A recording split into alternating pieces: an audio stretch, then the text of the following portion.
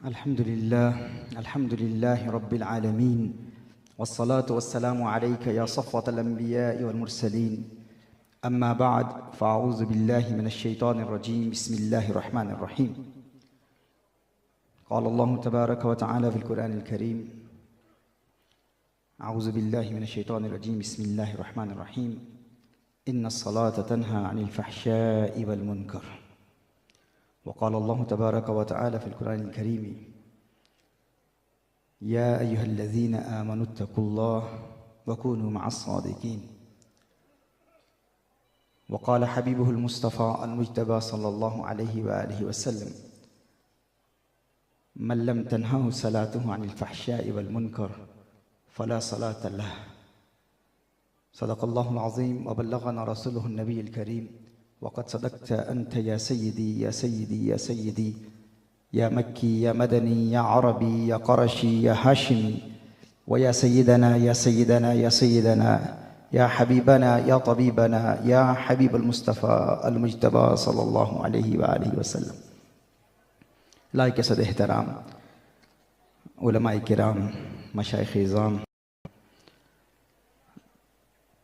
अरबाब इल्म व बसीरत, साहिबान अक्ल व दानिश, सनाख़ानान मुस्तफ़ा सल्लल्लाहु अलैहि व आलिहि वसल्लम, नौजवानान व नौनिहालान मिल्लत इस्लामिया, पर्दा नशीन ख़ातीन उम्मत, मेरे दोस्तों, भाइयों, बुज़ुर्गों और इस अज़ीम आस्ताने के ख़ुद्दाम जिनकी पुरखुलूस मेहनतों से आज की ये बज़्म उर्स इनेकाद पज़ीर है।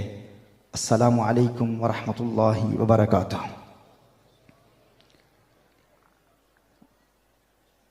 आज की इस पुरनूर महफ़िल में हाज़री से क़बल मुझे विज़िट कराया गया यहाँ के दारुल उलूम, यहाँ के इंस्टीट्यूट, एजुकेशनल इंस्टीट्यूट, हिफ्ज़े कुरान का शोबा और बनात का शोबा,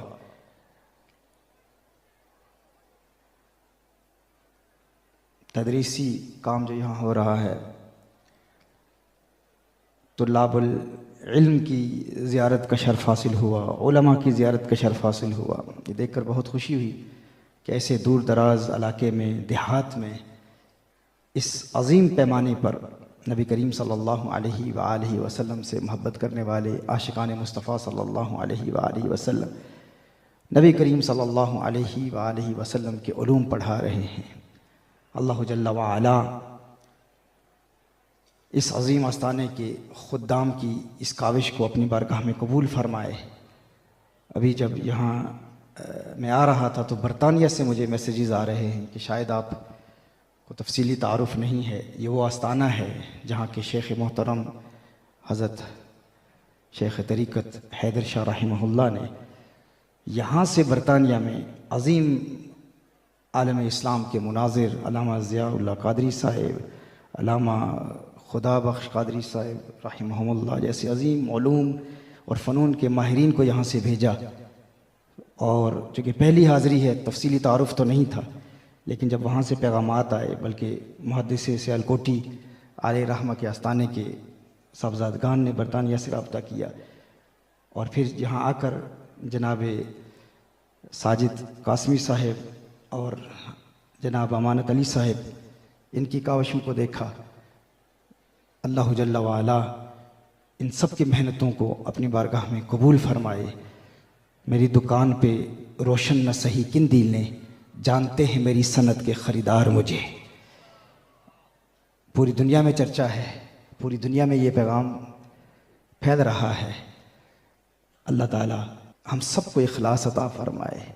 और जिस तरह यहाँ के ख़ुद्दाम ने एक मुनफरिद अंदाज़ में, एक यूनिक अंदाज़ में, यानी ये सिलसिला हमने दुनिया भर में मैं जाता हूँ, प्रोग्राम्स होते हैं, लेकिन ऐसा मुनफरिद काम हमने नहीं देखा।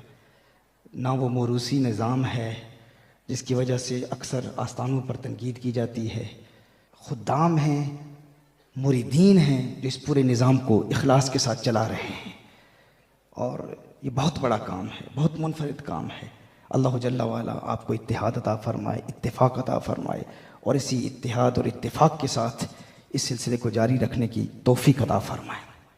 आज चूँकि एक मुनफरिद सेटिंग है, उर्स शरीफ के हवाले से बहुत कम ऐसे हाज़िरी हुई कि उर्स शरीफ भी हो और जुमा शरीफ की महफ़िल भी हो, जुमा का खुतबा भी हो।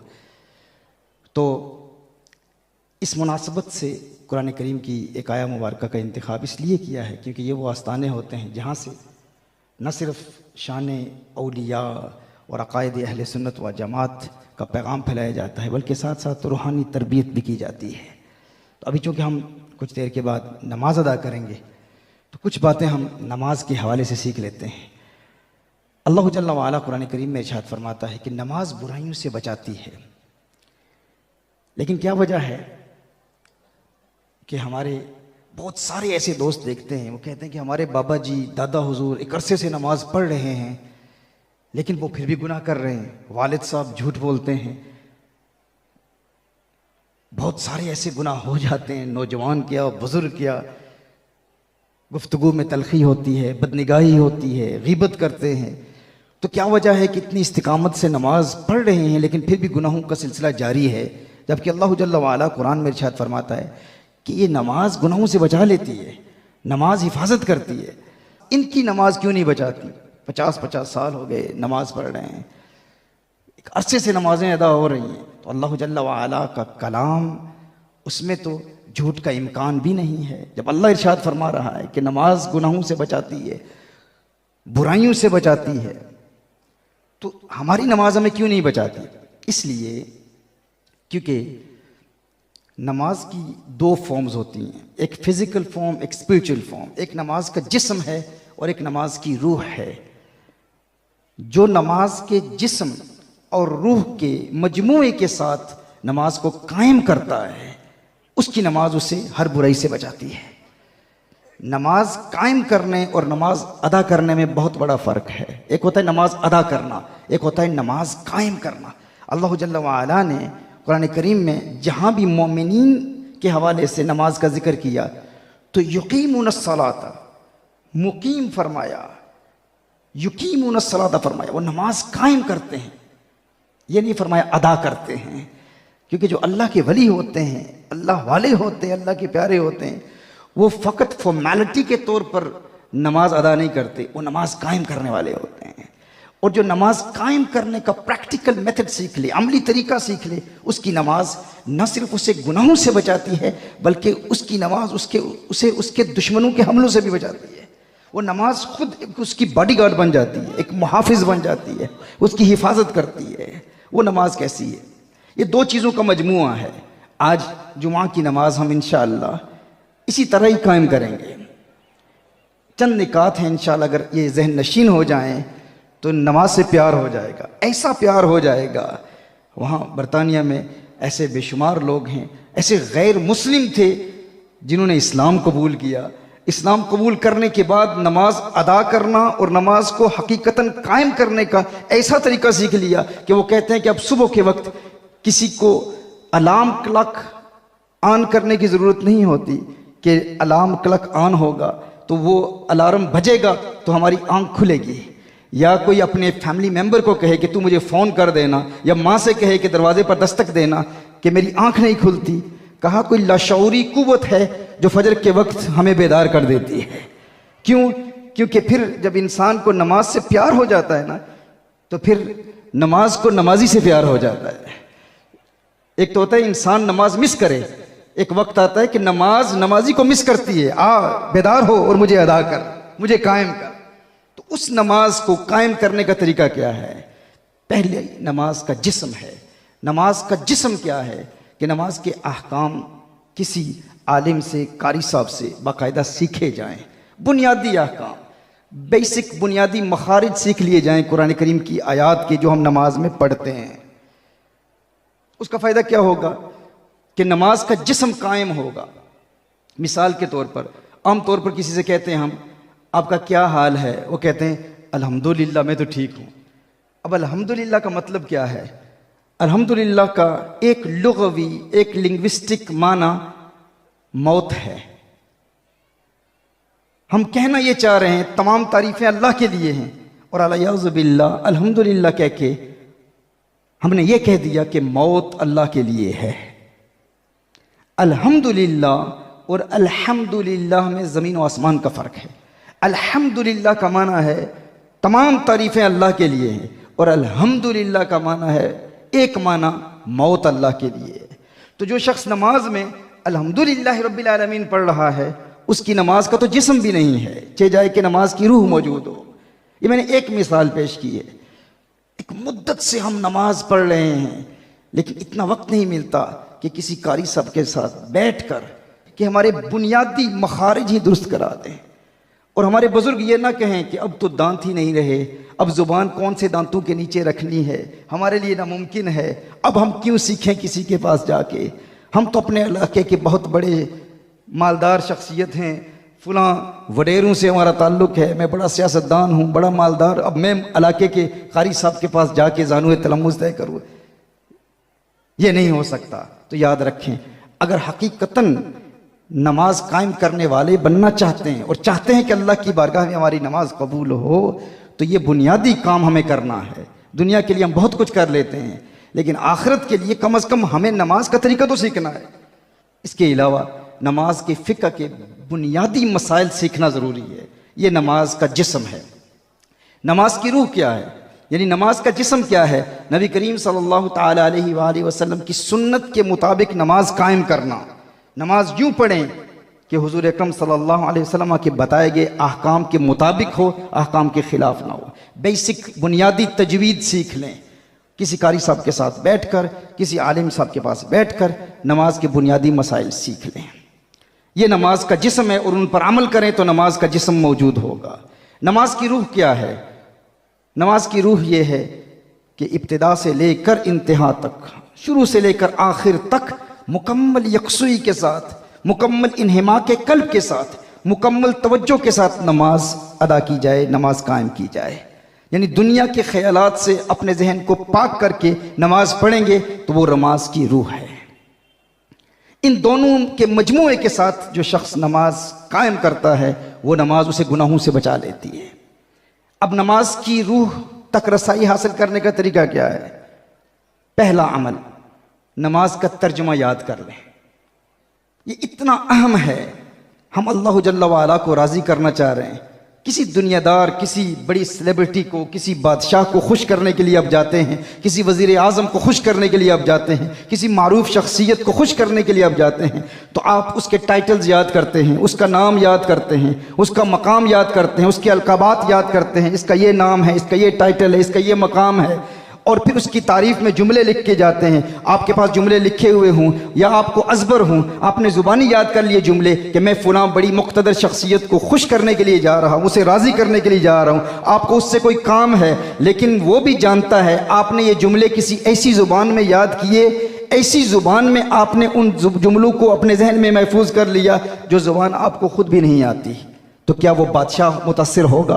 वो खुश होगा? वो बड़ी शख्सियत खुश होगी? वो जानता है कि ये रटे रटाए जुमले हैं, ये कह तो रहा है लेकिन इसे खुद नहीं पता कि मैं क्या कह रहा हूँ।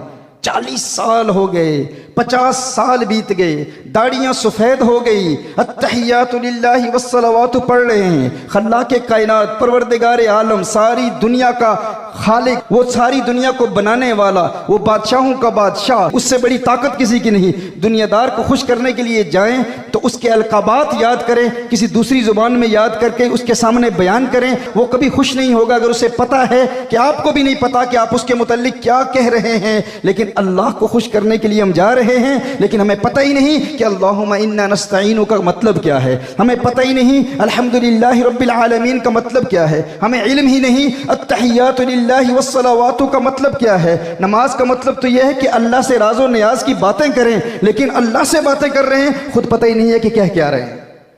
इसके लिए कितना मुश्किल है। एक हफ्ते में हमें मुकम्मल नमाज का तर्जुमा याद हो सकता है अगर हम थोड़ी सी कोशिश करें। आज इस आस्ताना आलिया से ये पैगाम ले जाएं, अगर बरतानिया और अमेरिका के गोरे, अंग्रेज, गैर मुस्लिम मुसलमान होते हैं, एक हफ्ते में नमाज का तर्जुमा याद कर लेते हैं और फिर हमारे पास आते हैं, हमें कहते हैं यार फलां पाकिस्तानी मुसलमान, फलां हिंदुस्तानी मुसलमान, बांग्लादेशी मुसलमान, जो पैदाइशी मुसलमान है, सारी जिंदगी नमाज पढ़ता रहा और मैंने उससे नमाज का मतलब पूछा, उसे पता ही नहीं कि अल्लाह की बारगाह में क्या अर्ज कर रहा है। तो क्या ख्याल है आपका? कम से कम हमें इतना काम तो करना चाहिए ना कि आज हम इरादा करते हैं कि हम नमाज का तर्जुमा कम से कम सीख लेंगे, फिर देखें नमाज में कितना लुत्फ आएगा। ये पहला मरकजी पॉइंट है नमाज में तवज्जो हासिल करने के लिए कि जब आप नमाज पढ़ रहे होंगे तो जो अल्लाह की बारगाह में अर्ज कर रहे हैं ना, उस पर गौर करेंगे तो आपका दिल दुनिया के ख्यालात से पाक रहेगा। आपको इल्म होगा कि आप अल्लाह की बारगाह में क्या अर्ज कर रहे हैं। ये नहीं कि फिर फॉर्मेलिटी पूरी करने के लिए अल्हम्दुलिल्लाह रब्बिल आलमीन और रहमान रहीम, लेकिन पता ही नहीं है, इसलिए फिर दुनिया के ख्यालात आते हैं, आप दुनिया के मुतल्लिक सोचते हैं। लेकिन जब पता है कि अल्लाह की बारगाह में क्या पढ़ रहे हैं तो फिर अल्लाह ताला इन्हें माँ के कल्ब अता फरमाता है, खुशी व खुदू अता फरमाता है, यकसूई अता फरमाता है। ये पहला पॉइंट है।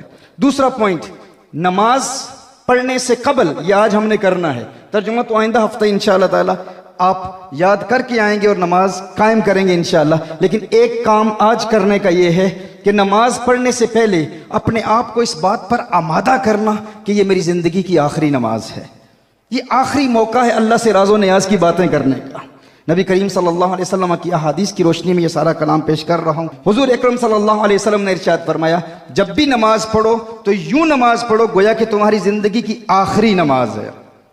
अब हर नमाज पढ़ने से कबल अगर आप अपने आप को आमादा करेंगे, पर्सुएड करेंगे, तैयार करेंगे कि ये मेरी जिंदगी की आखिरी नमाज है, आखिरी मौका है, 40, 50, 60 साल के गुनाहों का बोझ अपने कंधों पर उठाए हुए हूं, अब ये आखिरी मौका है अपने आप को गुनाहों के बोझ से आज़ाद करने का। आप सोचें, जिसको पता हो कि इस नमाज के बाद मेरी मौत वाक़ई हो जाएगी, इसके बाद फिर सजदे का मौका नहीं मिलेगा, इसके बाद मैं कब्र में हूँगा, तो उसे नमाज के दौरान अपने गुनाह भी याद आएंगे, आंखों से अश्कों की बरसात जारी होगी, इंसान रो रहा होगा, या अल्लाह अभी तो मैं कब्र में जाने वाला हूँ, ये आखिरी मौका है। फिर कोई पॉलिटिकल बातें हो रही हूँ, फिर कोई क्रिकेट मैच हो रहा हो या फुटबॉल मैच हो रहा हो, या मुस्लिम लीग नून या PTI के झगड़े हो रहे हों या PP के झगड़े हो रही हों, आपको परवाह ही नहीं होगी। इलेक्शन हो रहे हों या कोई बहुत बड़ी फेमस शख्सियत आपके पास आई हो या बड़ी इंटरेस्टिंग बातें हो रही हों, आपको किसी चीज की परवाह नहीं होगी। आप सोचेंगे कि ये तो मेरा आखिरी मौका है अल्लाह को राजी करने का। ये लोग तो दुनिया में रहेंगे, इनकी सियासतें चलती रहेंगी, इनके क्रिकेट फुटबॉल मैचेस चलते रहेंगे,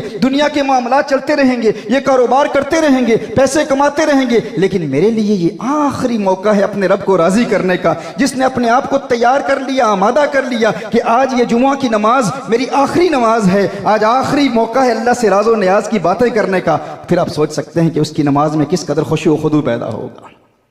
ये दूसरा नुक्ता है। पहला नुक्ता जरा आप रिपीट कर ले। पहला नुक्ता क्या था?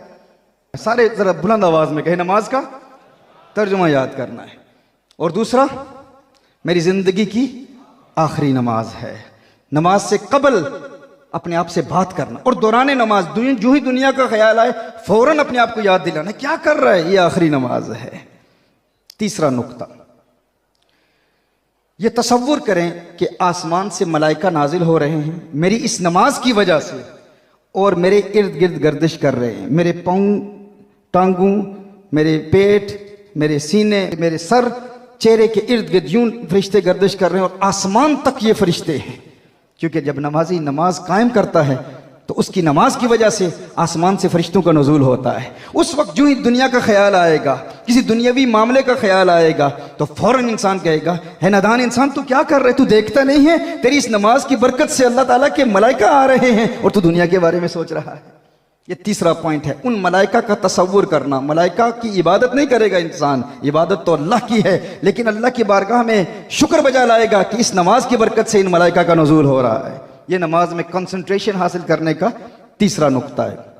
चौथा नुक्ता ये है, नबी करीम सल्लल्लाहु अलैहि वसल्लम ने इरशाद फरमाया कि यूं इबादत करो गोया कि तुम अल्लाह को देख रहे हो, और अगर ये कैफियत नहीं मिलती तो कम से कम ये तसव्वुर मिल जाए कि अल्लाह तुम्हें देख रहा है। लेकिन हमारे मशाइख स्पिरिचुअल मास्टर्स कहते हैं कि पहले पर भी मेहनत करो। अब अल्लाह तो नजर नहीं आता, अल्लाह तो जिस्मानियात से पाक है, हम अल्लाह को तो नहीं देख सकते, लेकिन अल्लाह के नाम को देख सकते हैं। तो ये तसव्वुर करें कि अल्लाह का नाम लिखा हुआ है और आप अल्लाह के नाम पर गौर कर रहे हैं, गौर से अल्लाह के नाम को आप देख रहे हैं। अल्लाह के नाम को देखें नमाज के दौरान, अल्लाह लिखा हुआ है, इससे आपको नमाज में कंसंट्रेशन मिलेगी। ये कितने नंबर का पॉइंट था? पहला क्या था? नमाज का। दूसरा आखिरी नमाज। तीसरा, फरिश्ते नाजिल हो रहे हैं। और चौथा, अल्लाह के नाम पर गौर करना। और पांचवा नुक्ता यह है कि ये सोचें कि ये वही नमाज है जो हमारे आका सल्लल्लाहु अलैहि वसल्लम पढ़ते थे। मैं गुनहगार, बदकार, स्याहकार, इस्यां शियार, मैं कहाँ इस काबिल था कि अल्लाह जल्ल व अला ने मुझे भी वही नमाज दे दी जो अपने हबीब को अता फरमाई थी।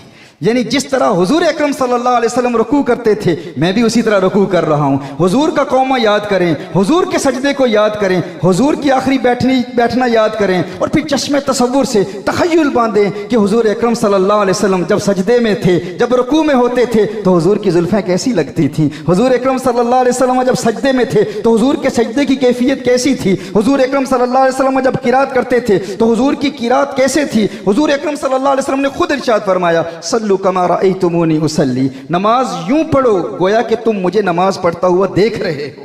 तो हुजूर का तसव्वुर बांध के नमाज पढ़ें। हम हुजूर की इबादत नहीं करते, हम हुजूर अकरम सल्लल्लाहु अलैहि वसल्लम की ताज़ीम करते हैं, तौकीर करते हैं। एक तो यह है कि हम अल्लाह जल्ल व अला के नाम पर गौर करें, और दूसरा यह है कि हुजूर अकरम सल्लल्लाहु अलैहि वसल्लम का तसव्वुर बांधें कि मैं कहाँ ये इस काबिल था कि मुझे भी अल्लाह ने वही नमाज अता की जो हुजूर अकरम सल्लल्लाहु अलैहि वसल्लम को अता फरमाई थी। इस तसव्वुर के साथ, और फिर शैतान अगर इस हवाले से जहन में वसवसा पैदा करे, शैतान वसवसा पैदा कर सकता है कि नमाज में हुजूर का ख्याल कैसे आ सकता है, ये कैसे मुमकिन है। तो याद रखें, हुजूर के ख्याल के बगैर नमाज हो ही नहीं सकती, मुमकिन ही नहीं है। क्यों? क्योंकि जब आप नमाज पढ़ेंगे तो गौर करेंगे ना, तर्जुमे पर गौर करेंगे ना कि आप अल्लाह की बारगाह में क्या पढ़ रहे हैं। जब अल्लाहुम्मा सल्ली अला मुहम्मद पढ़ेंगे तो हुजूर का ख्याल आएगा कि नहीं आएगा। बल्कि नमाजी जब नमाज पढ़ रहा होता है तो अल्लाह जल्ल व अला ने नमाज की हैयत ही ऐसे बनाई है कि इंसान नमाज पढ़ रहा होता है और उसे हुजूर की याद आ रही होती है, और बल्कि उसे जो देख रहा होता है उसे भी हुजूर की याद आ रही होती है। कैसे? आप नमाज को देख लें और इसमें अहमद को देख लें। अहमद कैसे लिखा जाता है? अलिफ, हे, मीम, दाल। अब सुनने में क्या अर्ज कर रहा हूं? हाँ, जब नमाजी नमाज पढ़ रहा होता है, वो खड़ा होता है तो अहमद की अलिफ बना होता है। खड़ा होता है यानी कोई बड़ी रौनक से कहे ना कि मैं नमाज अल्लाह की अदा कर रहा हूं, इबादत अल्लाह की है, मैं आब्द हूं, आबिद हूं, वो माबूद है। अब नमाज अल्लाह की है, इबादत अल्लाह की है, तो यहां हुजूर का तसव्वुर क्यों करूं? शिर्क हो जाता है। उसे कहें अल्लाह जल्ल व अला ने नमाज की हैयत को ही ऐसा बनाया है कि इंसान नमाज पढ़ रहा होता है, खड़ा होता है तो अहमद की अलिफ बना होता है, रुकू में होता है तो अहमद की हे बना हुआ होता है, सजदे में होता है तो अहमद की मीम बना होता है, आखिरी बैठनी बैठता है तो अहमद की दाल बना होता है। कुर्बान जाए, अल्लाह जल्ल व अला ने नमाज की हैयत को ही ऐसा बनाया है गोया नमाज अपनी पढ़ा रहा है और साथ तसव्वुर यार भी करा रहा है, महबूब का तसव्वुर भी साथ यारी है। और हुजूर अकरम सल्लल्लाहु अलैहि वसल्लम के तसव्वुर के बगैर नमाज कायम करना, बल्कि अल्लाह को जानना, यह भी मुमकिन कहां है। अल्लाह की वहदानियत तक रसाई हासिल करना। हमारे पूरे पाकिस्तान में टूर्स हो रहे हैं, डिस्कशंस हो रही हैं, और यहाँ पर इल्हाद इतनी तेज़ी से फैल रहा है। इन इलाकों में शायद ये फितना अभी तक ना पहुँचा हो, लेकिन कराची में, इस्लामाबाद में, लाहौर की यूनिवर्सिटीज़ के ऐसे ऐसे नौजवान माँ बाप ने नाम अब्दुर्रहमान रखा, अब्दुल्ला रखा, और कहा कि हम अल्लाह के वजूद को नहीं मानते।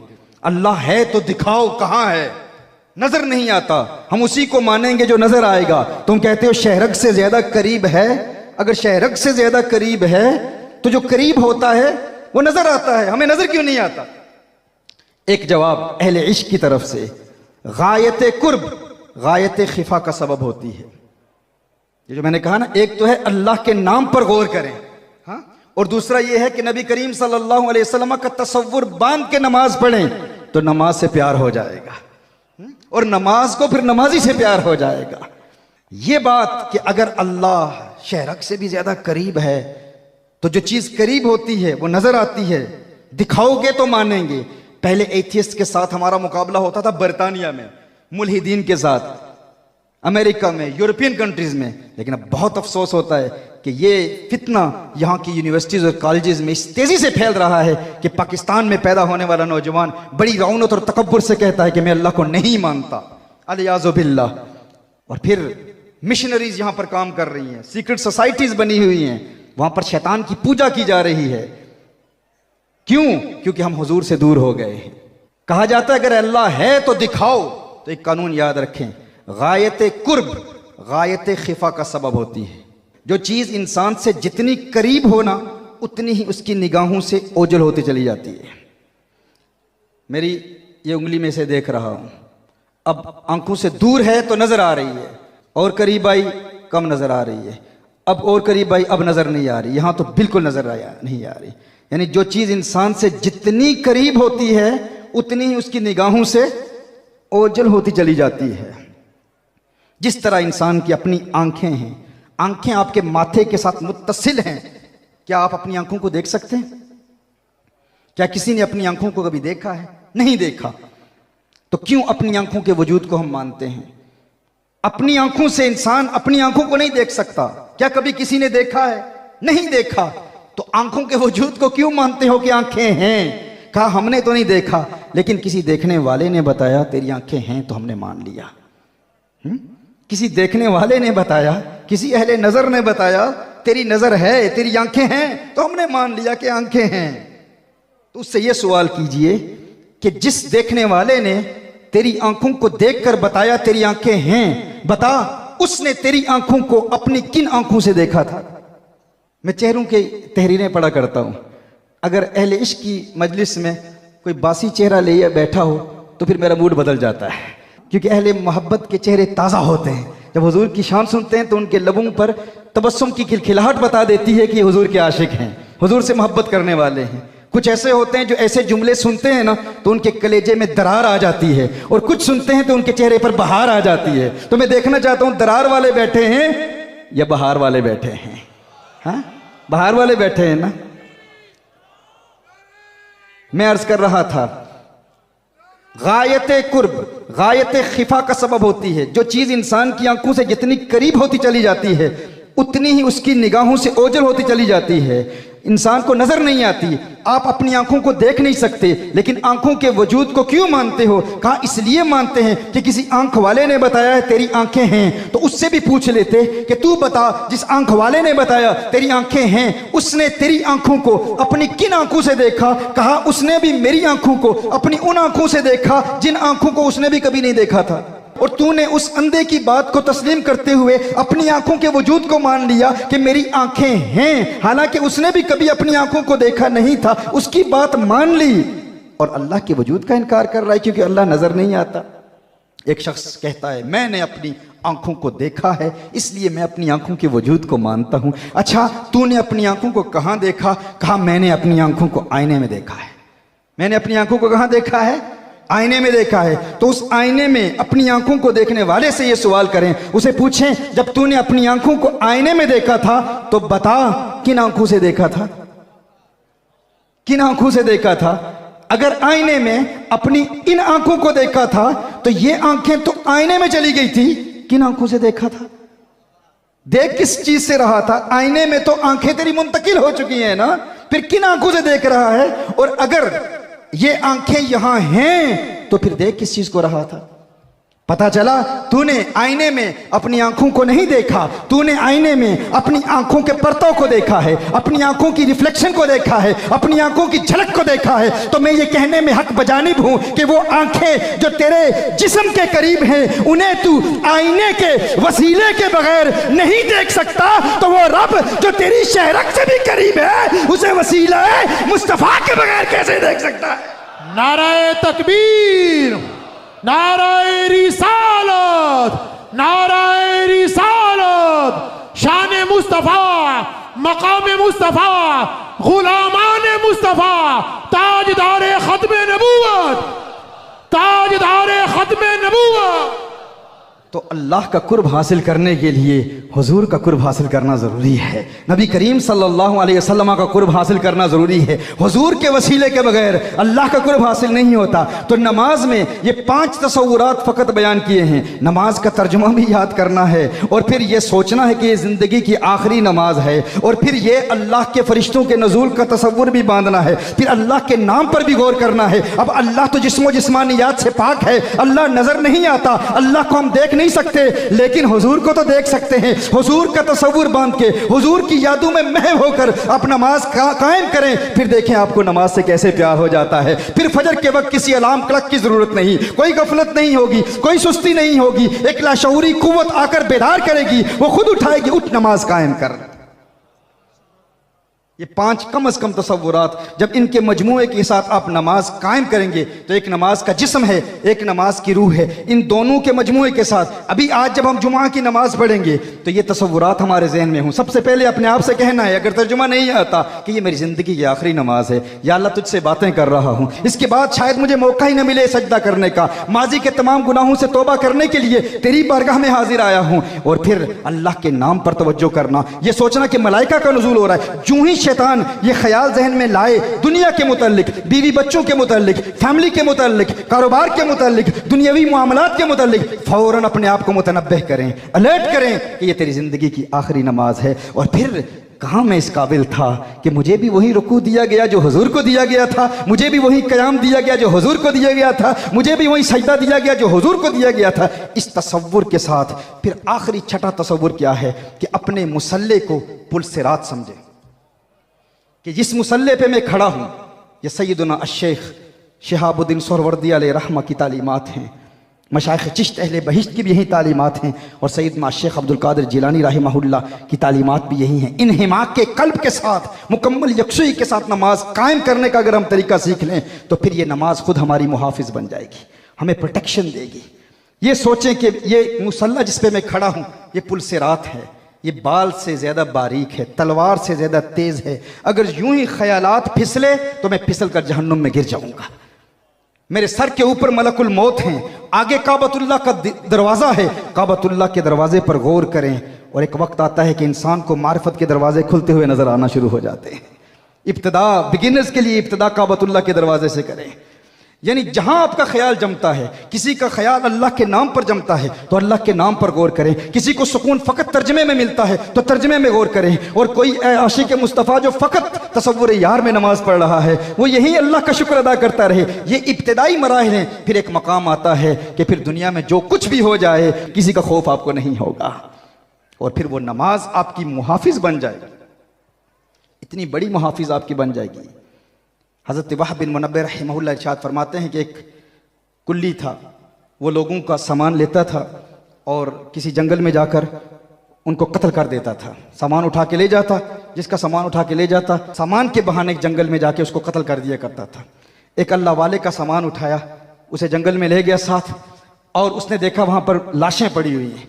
उसने कहा, तू जानता है मैं जिसका सामान उठाता हूँ उसका सामान लूटता हूँ और फिर उसको कत्ल कर देता हूँ। उस अल्लाह वाले ने कहा, तू मेरा सामान ले जा और मेरी जान बख्श दे। उसने कहा, नहीं, मैं कत्ल करता हूं। ये उन लोगों के लिए जो कहते हैं कि नमाज गुनाहों से क्यों नहीं बचाती, क्योंकि हम सारी जिंदगी अदा करने वाले रहे, हम कायम करने वाले नहीं बने। कायम करने वाला कौन है? जो नमाज के जिस्म और रूह के मजमूए के साथ नमाज को कायम करता है, इन दोनों चीजों को साथ लेके चलता है। कभी कभी नौजवान कहते हैं कि हमारे बुजुर्ग इतनी यकसुई के साथ नमाज पढ़ते हैं कि नमाज पढ़ते हैं तो आंखों में आंसू जारी होते हैं, लेकिन फिर भी वो गीबत कर रहे होते हैं। उनकी नमाज उन्हें गुनाहों से क्यों नहीं बचाती? तो मुमकिन है कि वो पूरी यकसुई के साथ पढ़ रहे हों, मुमकिन है पूरी तवज्जो के साथ पढ़ रहे हों, लेकिन उनकी नमाज की रूह तो है, शायद जिस्म ना हो, शायद अल्हम्दुलिल्लाह ही पढ़ रहे हो। तो जो बॉडी गार्ड होता है ना, उसका जिस्म भी होता है, रूह भी होती है। किसी का कोई मुहाफिज हो, बहुत तकड़ा मुहाफिज हो, तवाना मुहाफिज हो, बॉडी बिल्डर हो, बॉडी उसकी बहुत मजबूत हो, जिस्म बहुत मजबूत हो, लेकिन अंदर रूह ही ना हो, तो वो बॉडीगार्ड आपकी हिफाजत कर पाएगा? लोग कहते हैं फुलां कारी साहब इतनी अच्छी किरात करते हैं, इतने बेहतरीन कारी हैं, उनकी आवाज बहुत अच्छी है, मदीना मुनव्वरा से पढ़ के आए हैं, अरब दुनिया से पढ़ के आए हैं। आप कहते हैं किरात जरूरी है, तजवीद जरूरी है, लेकिन इमाम मस्जिद हैं। लेकिन मैं जानता हूं कि कौन कौन से गुनाहों में मुब्तला है। इतने अच्छे कारी होने के बावजूद उनकी नमाज उन्हें गुनाहों से क्यों नहीं बचाती? मुमकिन है कि वो अच्छे कारी हों, मुमकिन है कि नमाज का जिस्म तो मौजूद हो, लेकिन नमाज में दुनिया के मुताल्लिक सोच रहे हो। जिस्म तो है, रूह नहीं है। बॉडीगार्ड तो अच्छा है, लेकिन एक तकड़ा बॉडीगार्ड, एक बॉडी बिल्डर, अगर उसमें रूह ही नहीं है तो वो एक तकड़ी लाश है। वो लाश आपका आपकी क्या हिफाजत करेगी? और इसी तरह कहीं रूह तो है लेकिन जिस्म इतना कमजोर है कि वो अपने पांव पे खड़ा ही नहीं हो सकता, तो वो आपकी क्या मदद करेगा। एंड इसी तरह याद रखें, नमाज का जिस्म और रूह दोनों जरूरी हैं। नमाज के अहकाम भी सीखें, बुनियादी अहकाम सीखें, और नमाज की रूह के साथ नमाज कायम करें।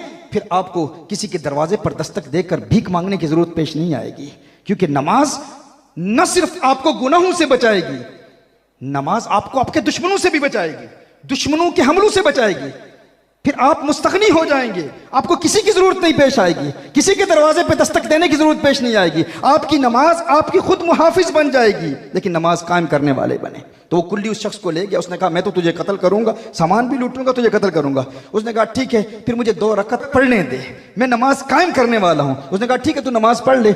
उसने अल्लाह अकबर पढ़ा, नमाज शुरू की, अल्हम्दुलिल्लाह रब्बिल आलमीन। अभी वो पढ़ ही रहा था पूरी यकसुई के साथ, पूरी तवज्जो के साथ, क्योंकि उसने अपने आप को कायल कर लिया था, आमादा कर लिया था इस बात पर कि ये तो मेरी जिंदगी की आखिरी नमाज है। क्योंकि हर वो बंदा जो अपने आप को इस हवाले से कायल कर लेता है, हर नमाज में जब वो सजदा करता है कि ये मेरी आखिरी नमाज है, जब इस तवज्जो से उसने नमाज पढ़ी तो आसमान से एक रूहानी मखलूक आई, घोड़े पर सवार है, नूर की तरह रोशनी चमक रही है, तलवार उसके हाथ में है, तलवार से उस कातिल को वो कत्ल करता है। ये नमाज पढ़ के मुकम्मल करता है, अस्सलामु अलैकुम वरहमतुल्लाह, अस्सलामु अलैकुम वरहमतुल्लाह। देखता है वो कुल्ली जो कातिल था, इसे मारना चाह रहा था, उसको देखता है कि वो मुर्दा पड़ा है, और उस नूरानी रूहानी मखलूक के पास जाता है, तू कौन है? उसने कहा कि मैं तेरी नमाज की जिस्मानी शक्ल हूं, अल्लाह ने मुझे तेरी हिफाजत के लिए इस नमाज की बरकत से मुकर्रर किया हुआ है, ताकि जब भी कोई दुश्मन तुझ पर हमला करेगा मैं तेरी हिफाजत करूंगा। ये वो बॉडीगार्ड है नमाज। हाँ, दर दर दिए दुर दुर नालूं, दुर बन जा एक दरदा। नहीं, पंजाबी नहीं आती, ठीक है, मैं उर्दू में ही जारी रखूं, चूंकि मैं इस वक्त लखनऊ में बैठा हुआ हूं ना, लखनऊ में बयान कर रहा हूं, तो पंजाबी तो सुनने वाले समझने वाले हैं ही नहीं यहाँ पर। हाँ, सुभान अल्लाह, सुभान अल्लाह, सुनने वाले। अच्छा अच्छा, दर दर दिए दुर दुर नालूं। पंजाबी मेरी पहली जुबान नहीं है, बल्कि उर्दू भी मेरी पहली जुबान नहीं है। उर्दू भी मेरी सीखी हुई जुबान है, पंजाबी भी मेरी सीखी हुई जुबान है। यानी बरतानिया में सारी जिंदगी मेरी गुजरी, तो पहली जुबान जिस जुबान में हमने पढ़ा, स्कूल गए, कॉलेज गए, यूनिवर्सिटी, वो इंग्लिश है। लेकिन आपकी तबीयतों की ज़ियाफ़त के लिए मैं कुछ अशार पेश कर रहा हूं। तो दर दर की ठोकरें खाने वाला, कभी उसके दरवाजे पर दस्तक दी, कभी उससे मदद मांगी, कभी किसने अपने दरवाजे से धुतकारा, धक्के दिए, जा तू मंगता है, भिखारी है, गरीब है, मुफलिस है, नादार है। कहा नमाज से प्यार कर लो, नमाज को अपना मुहाफिज बना लो, फिर दर दर की ठोकरें खाने की जरूरत नहीं पेश आएगी। दर दर दिए दुर दुर नालूं, दुर बन जा एक दरदा, चव्वल कुत्ता क्यों खवेंदा है, दुर बन वक्ता वर्दा। सुभान, उस एक बारगाह से वाबस्ता हो जाता है, फिर उसे दर दर की दुर दुर से आजादी मिल जाती है, क्योंकि वो एक दर का दुर बन जाता है। दुर कहते हैं मोती को, एक दर का दुर बन जाता है। लेकिन ये बात उसे ही समझ आएगी जो फ़कत फ़ज़ाइल और जो शीले खिताब सुनने के आदी हूँ कि फ़कत औलिया अल्लाह की करामतें ही बयान की जाएं, उन्हें ये बात समझने जाएगी कि मिजाज यही बन गया है ना। लेकिन ये डोडा शरीफ का आस्ताना है, यहाँ रूहानी तरबियत भी होती है, यहाँ बुजुर्ग पर्दा फरमा जाएं तो फिर भी अपने मुरीदों को ऐसा तैयार करते हैं कि वो चले भी जाएं, उनका रूहानी फैज़ान ऐसा होता है कि फिर पूरी दुनिया में हुफ़ाज़ तैयार होते हैं, उलमा तैयार होते हैं। वहां समझ नहीं आएगी जहां पर दीन का इल्म नहीं है, जहां दीन के अहकाम नहीं है, जब शरीयत के अहकाम ना हो। लेकिन ये तो मैं अहले फहम से बात कर रहा हूं, मगर न वहां तो मूर्ख नु की पंद नसीहत, पत्थर नु की पाला, दुद्धा अंदर काग नो ये अंत काले दा काला।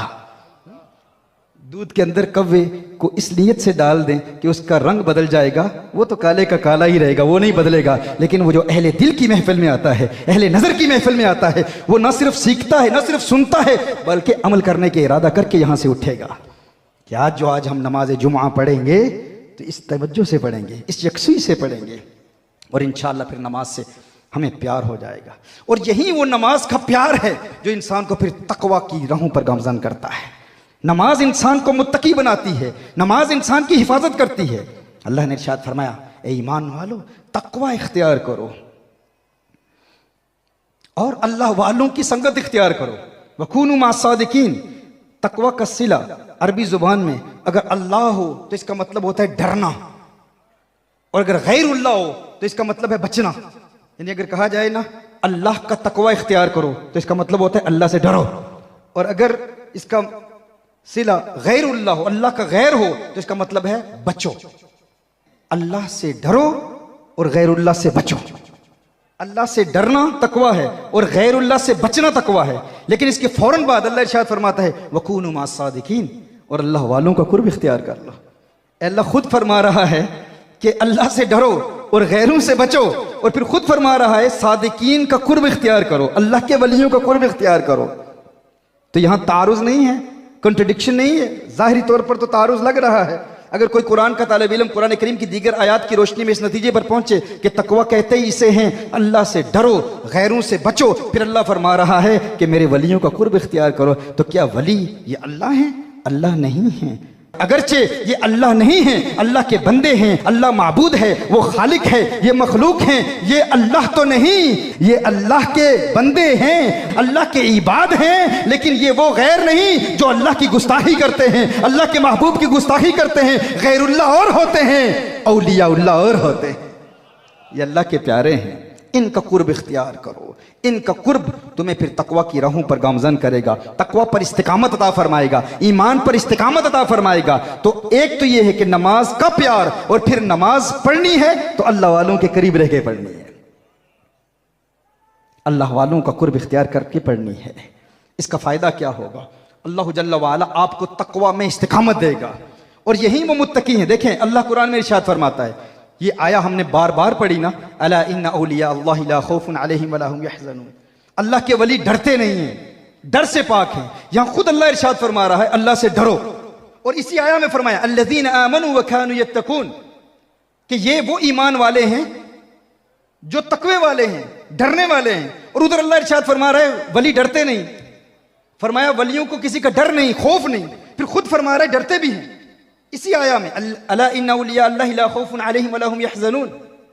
उसके बाद क्या फरमाया? अल्लज़ीना आमनू व कानू यत्तकून, फरमाया अल्लाह के वली डरते नहीं हैं, फिर खुद फरमाया डरते हैं।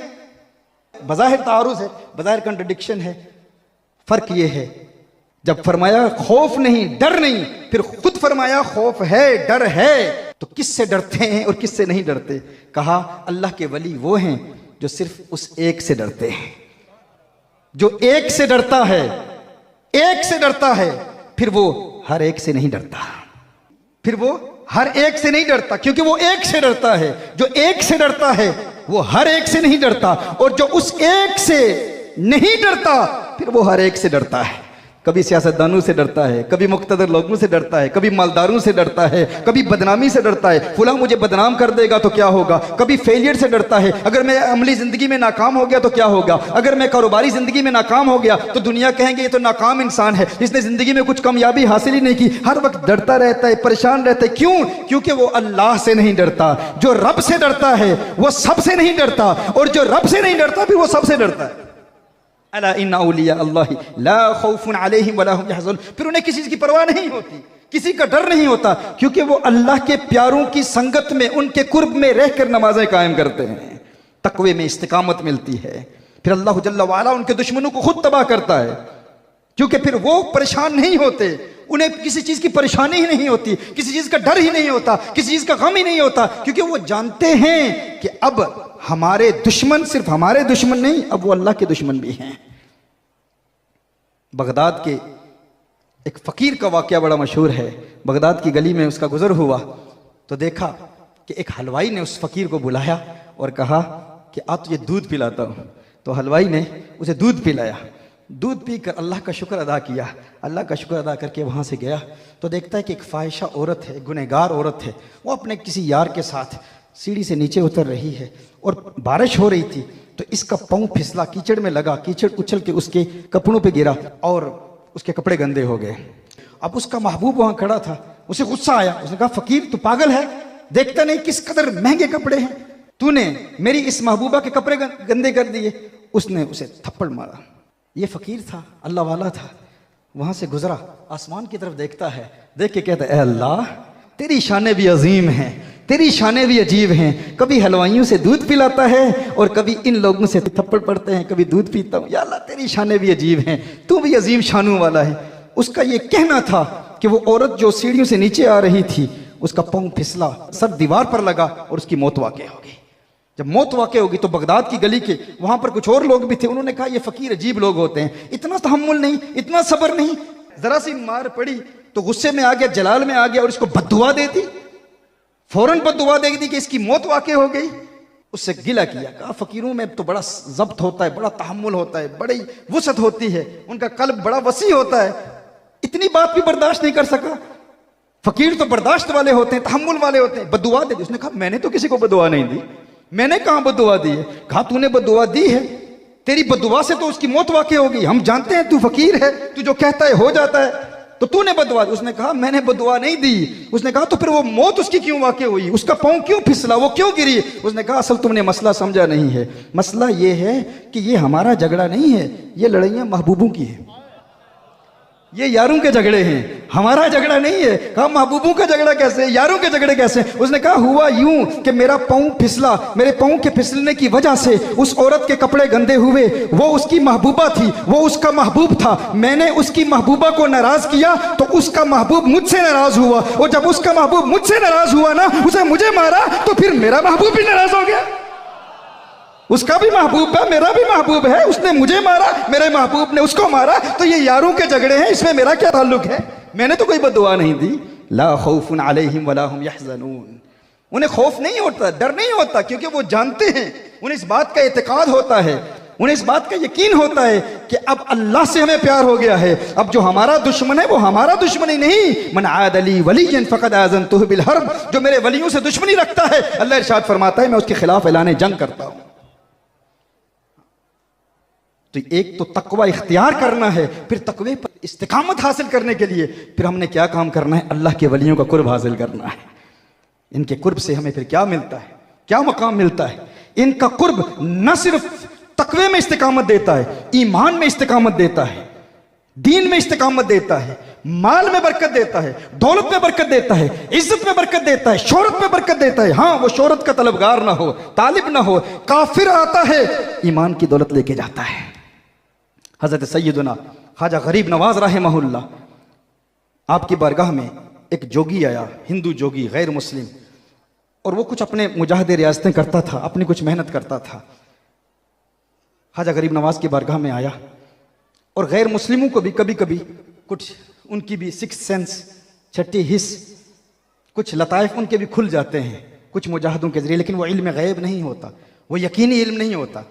अल्लाह ताला उन्हें भी कुछ ना कुछ इल्म दे देता है, लेकिन वो कतई इल्म नहीं होता, उसे हम इल्म गैब नहीं कहते। उसने ख्वाजा गरीब नवाज को देखा तो कभी आगे से देख रहा है, कभी दाईं जानिब से देख रहा है, कभी बाईं जानिब से देख रहा है, कभी पीछे से देख रहा है, इर्द गिर्द उनके घूम रहा है।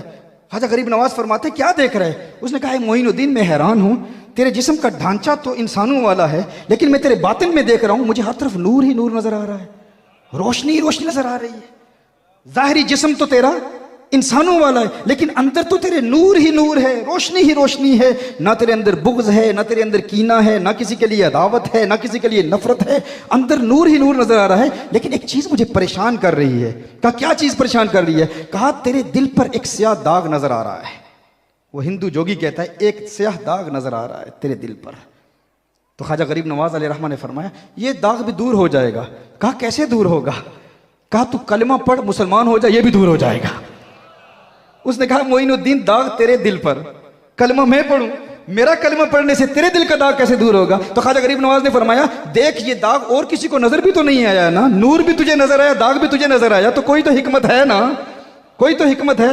उसने कहा तो कलमा में क्यों पढ़ूं? आपने फरमाया इतने मुजाहदे किए, इतनी रियासतें की, इतनी कोशिशें की, इतनी मेहनत की, इतनी जिद्दोजहद की कि तू उस रब को पा ले, ये काम भी एक मरतबा कर ले, ये तरीका भी एक मरतबा आजमा ले। उसने कहा ठीक है फिर मोइनुद्दीन पढ़ा कलमा, ये कलमा भी पढ़ लेता हूँ एक मरतबा, शायद इस वजह से मुझे हकीकत तक रसाई हासिल हो जाए। कैसा खुशकिस्मत था वो शख्स जिसे मोइनुद्दीन खुद कलमा पढ़ा रहे हैं, ख्वाजा गरीब नवाज खुद कलमा पढ़ा रहे हैं। ख्वाजा गरीब नवाज ने कलमा पढ़ाया, जो ही ख्वाजा गरीब नवाज ने कलमा पढ़ाया उसने पढ़ा अशहदु अल्ला इलाहा इल्लल्लाह व अशहदु अन्ना मुहम्मदन अब्दुहु व रसूलुहु सल्लल्लाहु अलैहि वसल्लम। देखता है कि फौरन ख्वाजा गरीब नवाज के दिल से वो स्याह दाग उड़ जाता है, गायब हो जाता है।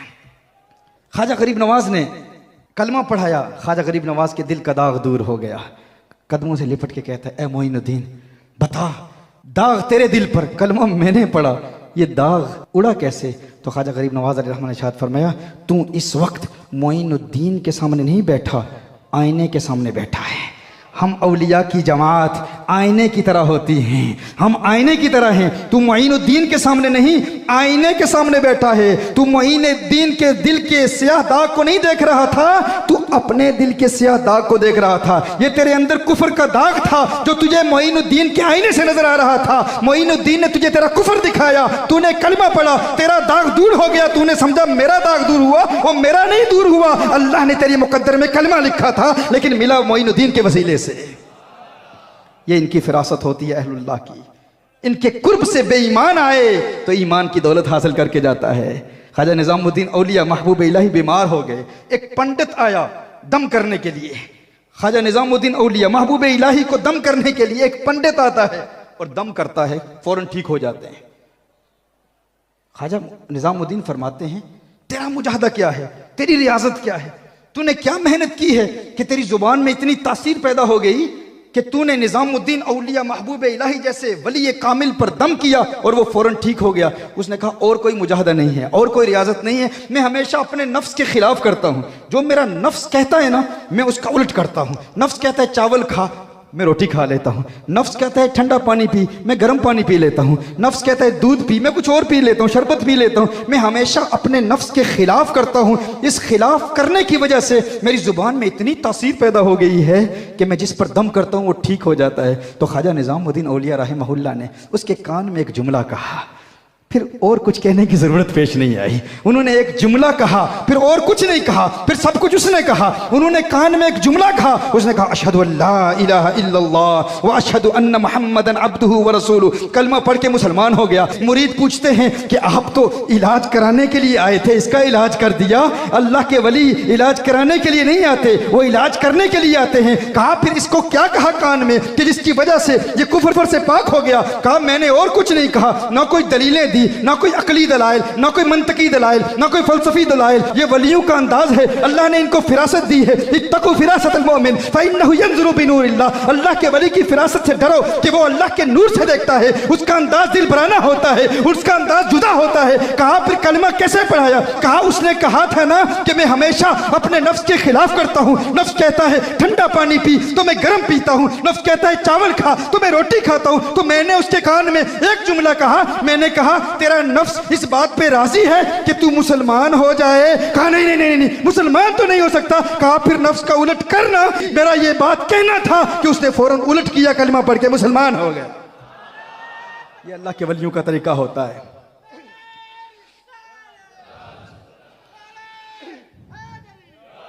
ये उनकी जुबान में असर होता है क्योंकि वो अल्लाह से डरते हैं, अल्लाह के खौफ वाले हैं। इसीलिए सैयदना गौस आजम पीरान पीर मीरा दस्तगीर रदी अल्लाह तआला अन्हु ने इरशाद फरमाया, यखाफुकल खल्कु अला क़द्रि मखाफतिका मिन अल्लाह। जितना तू अल्लाह से डरेगा इतना ही अल्लाह की मखलूक तुझसे डरेगी। जितना तेरे दिल में अल्लाह का खौफ होगा उतना ही अल्लाह की मखलूक तुझसे डरेगी। तुझे कोई तंग नहीं करेगा, लेकिन तू अल्लाह वाला बन के तो देख, अल्लाह का कुर्ब हासिल करके तो देख, अल्लाह जल्ल व अला कि महबूब सल्लल्लाहु अलैहि वसल्लम का कुर्ब हासिल करके तो देख। अगर यहाँ की हसीनाओं के चेहरे भी देख रहा है, रात के वक्त हराम देख रहा है, बदनिगाही कर रहा है और फिर कह रहा है कि मेरे दिल में खौफ खुदा क्यों नहीं? पहले तज़किया नफ्स के रूहानी मराहिल तय करके देख, फिर देख दिल की दुनिया ऐसी आबाद होगी, हकीकी खौफ पैदा होगा, अल्लाह का हकीकी डर पैदा होगा, हुजूर अकरम सल्लल्लाहु अलैहि वसल्लम का सच्चा प्यार दिल में पैदा होगा। तकवा वाले बनने की कोई, हम तो आमतौर पर लोग कह देते हैं ना, मैं तो मुत्तकी हूँ यार, हम तो तकवा वाले हैं। यही जुमला बहुत आम कहा जाता है। हम तो इखलास के साथ दीन की मेहनत कर रहे हैं। इमाम नववी रहमहुल्लाह इरशाद फरमाते हैं, ये दावा ही गलत है कि हम इखलास वाले हैं। कभी ये नहीं कहना चाहिए कि हम इखलास के साथ मेहनत कर रहे हैं। कहा इखलास तो अल्लाह की जानिब से एक खास नूर है जो अता किया जाता है, इसका दावा वही करता है जो मुखलिस नहीं है। कहा ये कहा करो, ए अल्लाह हमें इखलास अता फरमा दे, इखलास की दुआ किया करें, अल्लाह से मांगा करें इखलास की नेमत। और फिर ये भी कहा जाता है हम तो अल्लाह से डरने वाले हैं भाई, अल्लाह के खौफ वाले हैं, हम तो अल्लाह का डर दिल में रखते हैं। ये बहुत बड़ा दावा है, अल्लाह का डर है दिल में। ये दावा तो बड़े बड़े औलिया ने नहीं किया कि हम कहाँ खौफ वाले हैं। खौफ हो तो फिर इबादतें कज़ा नहीं होती, खौफ हो तो फिर बदनिगाही नहीं होती, खौफ हो तो फिर लगबगोई नहीं होती, खौफ हो तो फिर झूठ नहीं होता, खौफ हो तो फिर धोखा नहीं दिया जाता, खौफ हो तो फिर तकब्बुर नहीं होता, खौफ हो तो फिर रियाकारी नहीं होती, खौफ हो तो फिर दिखलावा नहीं होता। एक शख्स थका हुआ हो ना, 3 दिन का मुसाफिर हो, लंबा सफर करके सोया हुआ ना हो, सख्त नींद आई हुई हो, और किसी दोस्त के घर के करीब से उसका गुजर हो और दरवाजे पर दस्तक दे और दोस्त से कहे, हे दोस्त सख्त थका हुआ हूँ, आराम के लिए कोई कमरा ही दे दे, और वो उसे कमरा दे और वो कहे ठीक है यहाँ इस कमरे में तू थोड़ी देर के लिए आराम कर ले, मैट्रेस वहाँ पर बिछाए, ज़मीन पर गद्दा बिछाए और कहे आराम से सो जा, लेकिन ख्याल करना तू 3 दिन का थका हुआ है, बहुत तुझे नींद आई हुई है, जो ही तू सोएगा तेरी आंख लग जाएगी, फौरन सो जाएगा, आराम से सो जा, लेकिन ज़रा ख्याल करना इस कमरे के उस कोने में ये वो जो सुराख है ना, वहाँ से कभी कभी कोई सांप निकल आता है, आराम से सो जा, सुकून से सो जा, लेकिन ज़रा ये ख्याल रखना कभी कभी वहाँ से सांप निकल आता है। बताओ उसकी आंख लगेगी? हाँ, कितनी भी नींद आई हुई हो, जब उसे इस बात का शक होगा, इम्कान होगा कि ठीक है नींद तो आई हुई है, 3 दिन से मैं बेदार हूँ, 3 रातें सोया नहीं हूँ, लेकिन ये शक कि वहाँ शायद वहाँ से सांप निकल आए, उसकी आंख लगने नहीं देगा। अल्लाह के खौफ का दावा, वहाँ सांप है नहीं, सांप के होने का यकीन नहीं, फ़कत इम्कान है कि सांप निकल ना आए, पूरी रात आंख लगती नहीं, और यहाँ अल्लाह के वजूद का यकीन हो और फजर के वक्त आंख खुलती नहीं, तो फिर खौफ का दावा कैसे कर सकते हैं? अगर खौफ है ना तो फिर इबादत के लिए इंसान बेदार होगा, आंखें खुलेंगी। अल्लाह का खौफ तलब करें, और यही खौफ प्यार की एक मंजिल है। खौफ क्या होता है? महबूब की नाराजगी का खौफ होता है कि महबूब नाराज ना हो जाए, महबूब की नाराजगी का डर होता है। इसीलिए तो इंसान कोशिश करता है कि हर वो काम करे जिससे महबूब राजी हो जाए, हर वो काम करे जिससे अल्लाह राजी हो जाए, अल्लाह का हबीब राजी हो जाए सल्लल्लाहु अलैहि वसल्लम। तो मैं अर्ज कर रहा था, अल्लाह के इन प्यारों के कुर्ब की बरकत से हमें इबादत में इस्तिकामत भी मिलती है, तकवा का नूर भी मिलता है, और अगर कोई बेईमान आ जाए, बदअकीदा आ जाए, तो अल्लाह जल्ला वाला उसके दिल की दुनिया आबाद कर देता है, और फिर अल्लाह के उस वली के कुर्ब की बरकत से फिर उसे हुजूर अकरम सल्लल्लाहु अलैहि वसल्लम का दीदार भी नसीब होता है, हुजूर का कुर्ब भी मिलता है। हुजूर का कुर्ब कैसे मिलता है? हुजूर की ज़ियारत कैसे होती है? ये अल्लाह वालों की महफिल है ना। मुझे कहा गया था कि आप अपने लेक्चर्स में मंतकी बातें करते हैं, उसूल फ़िक़्ह की बातें करते हैं, इल्म कलाम की बातें करते हैं, तो यहाँ लोगों को वो समझ नहीं आएंगी। देहात के कुछ लोग होते हैं, हर बंदा उनको समझ नहीं पाता, तो आज मैंने इसलिए अपना अंदाज़ ज़रा बदला है। कोई इस्तिलाहात, टेक्निकल टर्मिनोलॉजी बिल्कुल इस्तेमाल नहीं कर रहा। मुल्क शाम का एक नौजवान था, अपने शेख के पास गया, मुर्शिद के पास गया कि मुर्शिद मैं हुजूर को देखना चाहता हूँ, हुजूर की ज़ियारत करना चाहता हूँ, कोई विर्द दें, वजीफ़ा दें। मेरे दिल में ये तमन्ना है कि कौनैन के वाली सल्लल्लाहु अलैहि वसल्लम की ज़ियारत नसीब हो। तो मुर्शिद ने फरमाया ठीक है, शाम के वक्त मेरे घर आना, मैं तुझे कुछ दूंगा। रात के वक्त मुर्शिद की बारगाह में हाजिर होता है, तो मुर्शिद ने उसके लिए खाने का अहतमाम किया, खाने का अहतमाम किया, अच्छा अहतमाम किया, लेकिन खाने में नमक बहुत ज़्यादा डाल दिया, बहुत ज़्यादा नमक डाल दिया, और ऊपर पानी भी नहीं दिया, पीने के लिए पानी भी नहीं दिया, खाने में नमक बहुत ज़्यादा डाल दिया। वो अब शेख के अदब में, मुर्शिद के अदब में खाना खाता है, मांगता नहीं पानी, क्योंकि मुर्शिद ने जो दिया उसने कबूल किया। आखिर में कहता है, हज़रत आपने फरमाया था वो दीदार का वजीफ़ा आपने देना था, वो आप अता फरमाए। तो मुर्शिद ने फरमाया कि तू घर चला जा और फ़ौरन सो जा। आप भी चाहते हैं ना कि आका का दीदार हो? किसके दिल में ये ख्वाहिश है? हर एक के दिल में है कि नहीं? किसके दिल में ये ख्वाहिश नहीं होगी? हाँ, हर एक के दिल में ये तमन्ना है। उनका हुस्न ही ऐसा है, चेहरा तो बहुत हसीन है। हज़रत मैमूना फरमाती हैं कि मैंने एक मरतबा हुजूर अकरम सल्लल्लाहु अलैहि वसल्लम के कदमों को देख लिया। कहा मेरे वालिद हुजूर अकरम सल्लल्लाहु अलैहि वसल्लम से मसले पूछ रहे थे, हुजूर अकरम सल्लल्लाहु अलैहि वसल्लम सवार थे, और मैं हुजूर अकरम सल्लल्लाहु अलैहि वसल्लम के चेहरे को देख ही नहीं पाई। ऐसा नूरानी चेहरा था, नज़रें झुकी हुई थी मेरी, और मेरी झुकी हुई नज़रें आका सल्लल्लाहु अलैहि वसल्लम के पाँव की उंगलियों पर पड़ी। कहा एक मर्तबा हुजूर के पाँव की उंगलियों को मैंने देख लिया, आका की पाँव की उंगलियों का नूर ऐसा था कि एक मुद्दत हो चुकी है, वो मंजर आज तक निगाहों से ओझल नहीं होता। एक मर्तबा आका के पाँव की उंगलियों को देख लिया, कहा ऐसी हसीन उंगलियां थीं, एक मुद्दत बीत गई, आज दिन तक वो मंजर आंखों से ओझल नहीं होता। मैं कहता हूं जो आका के पाँव की उंगलियों को एक मर्तबा देख ले, मुद्दत गुजर जाए, आका के पाँव की उंगलियों का हुस्न निगाहों से ओझल नहीं होता। अगर ये पाँव की उंगलियों का नूर है तो चेहरा बद्दुहा के नूर का आलम क्या होगा? कि चेहरे के नूर का आलम क्या होगा? नाराए तकबीर, नाराए रिसालत, शान मुस्तफ़ा, मकाम मुस्तफ़ा, गुलामान मुस्तफ़ा, उलमाए अहले सुन्नत। और चेहरे का नूर कैसा है? सैयदतुना आयशा रदी अल्लाह ताला अन्हा, मेरे आका सल्लल्लाहु अलैहि वसल्लम चेहरे का हुस्न तो बहुत बुलंद, बहुत अरफा, बहुत आला। वो अपने आका सल्लल्लाहु अलैहि वसल्लम के कानों के हुस्न का जिक्र करती हैं। आयशा रदी अल्लाह ताला फरमाती हैं कि आका के कानों का हुस्न कैसा है, आका के कान कैसे हसीन हैं। कहा आका के कानों का हुस्न ऐसा है कि जिस तरह रात के वक्त काले बादल छाए हुए हों और काले बादलों के पीछे चांद सितारों की झिलमिलाहट नजर आती है। रात के वक्त काले बादल छाए हुए हों और काले बादलों के पीछे आपको चांद सितारों की जगमगाहट झिलमिलाहट नजर आती है। कहा मेरे आका ऐसे हैं कि अगर आका चल रहे हों और कोई पीछे से आका के हुस्न को देख ले तो आका की काली लटकती हुई जुल्फें ऐसा मंजर पेश करती थी कि आका की काली लटकती हुई जुल्फों के पीछे आका के कान यूं चमक रहे होते जैसे काले बादलों के पीछे चांद सितारे चमक रहे। ये उनके कानों का हुस्न है, ये उनके जुल्फों का हुस्न है। मैं जुल्फे यार तेरे बाल बाल के सदके, रिहाई जिससे न हो जाल के सदके, और जो हशर तक न दे चैन कब्र में बेदम, मैं ऐसी याद के कुर्बा ख्याल के सदके। ये उनकी जुल्फे हैं। हाँ, ये आका की जुल्फों का हुस्न है। आका के दिल में, जिगर में, आंख में बस तू ही तू रहे, इसके सिवा न दिल में कोई आरज़ू रहे। इस एहतिमाम में, शौक में सजदे करूं अदा, तेरा ख्याल आए तो दिल बावजू रहे। और जन्नत मेरे नसीब की वाइस को बख्श दे, मेरे कफन में गैस हुए जाना की बू रहे। ये उनका हुस्न है, उनके सर का हुस्न, उनके पाँव का हुस्न। सर से पांव तक देखें सरताब कदम है तने सुल्ताने जमन फूल, लब फूल, दहन फूल, जकन फूल, बदन फूल, सारा जिस्म फूल। और क्या बात रजा उस चमनिस्ताने करम की, ज़हरा है कली जिसमें हुसैन और हसन फूल, लब फूल, दहन फूल, जकन फूल, बदन फूल। ये उनका हुस्न है। वो अपने मुर्शिद के पास जाता है। मुर्शिद ने खाना खिलाया, नमक बहुत डाल दिया, पीने के लिए पानी भी नहीं दिया। हजरत आपने फरमाया था आका का दीदार होगा, मैं आका को देखना चाहता हूं। आपने फरमाया घर चला जा, पानी नहीं पीना, फौरन सो जाना। वो घर जाता है, बगैर पानी पिए फौरन सो जाता है।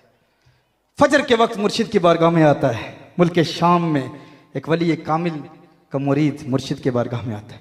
आपने फरमाया था आका का दीदार होगा, आपने फरमाया था वजीफा अता फरमाएंगे, विर्द अता फरमाएंगे, मुझे तो दीदार नहीं हासिल हुआ।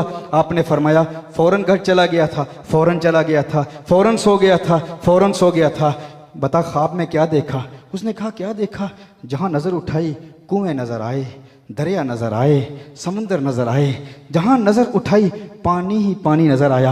आपने फरमाया फिर तेरे लिए यही वजीफा है कि तेरा दिल पानी का सच्चा प्यासा था ना, तेरे दिल में पानी की सच्ची प्यास थी ना, अगर पानी की सच्ची प्यास तेरे दिल में पैदा हो जाए, मैं बताना चाहता हूँ गलियों बाजारों में हसीनाओं के चेहरे का मुतलाशी जो हुस्न देखना चाहता है, वो नौजवान जो रात के वक्त मोबाइल फोन पर हराम देखता है, मूवीज देखता है, बॉलीवुड की एक्ट्रेसेस देखता है, हॉलीवुड की एक्ट्रेसेस देखता है, मूवियां देखने वाला फिर कहे कि मैं आका को देखना चाहता हूं, पहले अपने खानाए दिल को पाक करके देख और फिर आका के दीदार की सच्ची प्यास अपने दिल में पैदा करके देख। उस वली कामिल ने कहा कि अगर तेरे दिल में पानी की सच्ची प्यास थी तो अगर पानी तेरी प्यास बुझाने के लिए तेरी ख्वाब में आ सकता है तो आमना के लाल का सच्चा प्यार अपने दिल में पैदा करके देख, मदीने वाला दीदार कराएगा।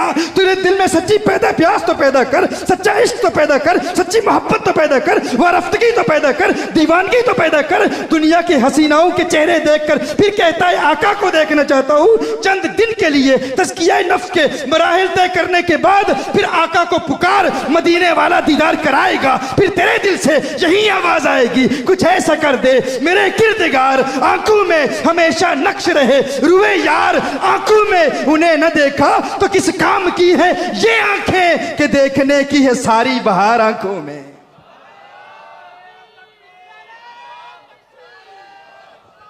नाराए रिसालत, नाराए रिसालत, जो हो ना इश्क मुस्तफा, जो हो ना इश्क मुस्तफा, ताजदारे खत्मे नबूवत, ताजदारे खत्मे नबूवत, ताजदारे खत्मे नबूवत, तो दिल में सच्चा इश्क पैदा किया जाए। ये झूठे दावे हैं, हम कहते हैं हमें प्यार है, दीदार करना चाहते हैं। अगर सच्चा प्यार हो तो फिर नज़रें झुकी हुई रहती हैं। और यही इन आस्थानों की तालीम है, यहाँ से हमें यही सबक मिलता है, यहाँ से हमें यही उसूल मिलता है। इस उसूल को अगर हम समझ लें, सारी ज़िंदगी बूढ़े हो गए हैं, दाढ़ियाँ सफ़ेद हो गई हैं, अंदर लज्जत ख़त्म भी हो गई, लेकिन फिर भी आंखें झुकती नहीं। हाँ, दाढ़ियाँ सफ़ेद हो गई हैं, ख्वाहिशात ख़त्म हो गई हैं, लेकिन फिर भी देखने की ख्वाहिश है। अगर लज्जते तर्क लज्जत बदानी, दिगर लज्जते नफ्स लज्जत न खानी। तर्क लज्जत भी नहीं, लज्जत से कम, कुछ मज़ा इसका भी देखा चाहिए।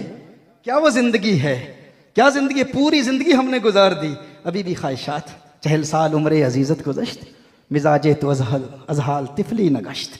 40 साल बीत गए, शेख सादी शराजी फरमाते हैं, अभी भी बचपना नहीं गया। जिस तरह छोटे बच्चे के सामने स्वीट्स रखते हैं, हर नई चीज़ को वो हासिल करने की कोशिश करेगा, जो कुछ सामने रखेंगे वो उठाएगा, ये भी खा लूँ, ये भी खा लूँ।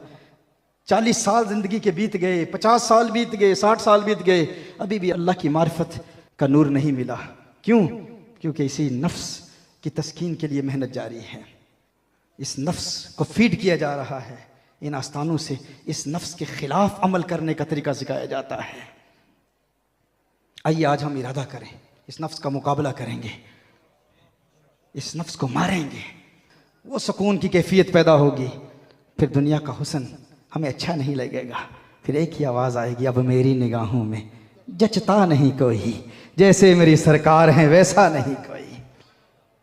तो मैंने कहा था, इस नमाज को भी हम जब पढ़ेंगे तो इस तसव्वुर के साथ, और फिर दूसरा अमल अपने नौजवान भाइयों तक, अपने दोस्तों तक, अपने अहबाब तक पहुंचाना चाहता हूं कि अपनी ज़ुबानों को अल्लाह के नाम से तर रखें। अल्लाह अल्लाह दुरूद और सलाम पढ़ते रहें।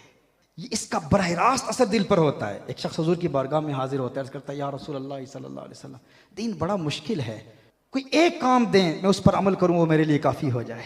नबी करीम सल्लल्लाहु अलैहि वसल्लम ने इरशाद फरमाया, अपनी ज़ुबान को अल्लाह के नाम के साथ तर रखो, मशगूल रखो, मसरूफ़ रखो। हर वक्त ला इलाहा इल्लल्लाह, हर वक्त नबी करीम सल्लल्लाहु अलैहि वसल्लम की बारगाह में दरूद व सलाम के गजरे हों। इसका बराह रास्त दिल पर असर होगा और दिल की दुनिया बदलेगी।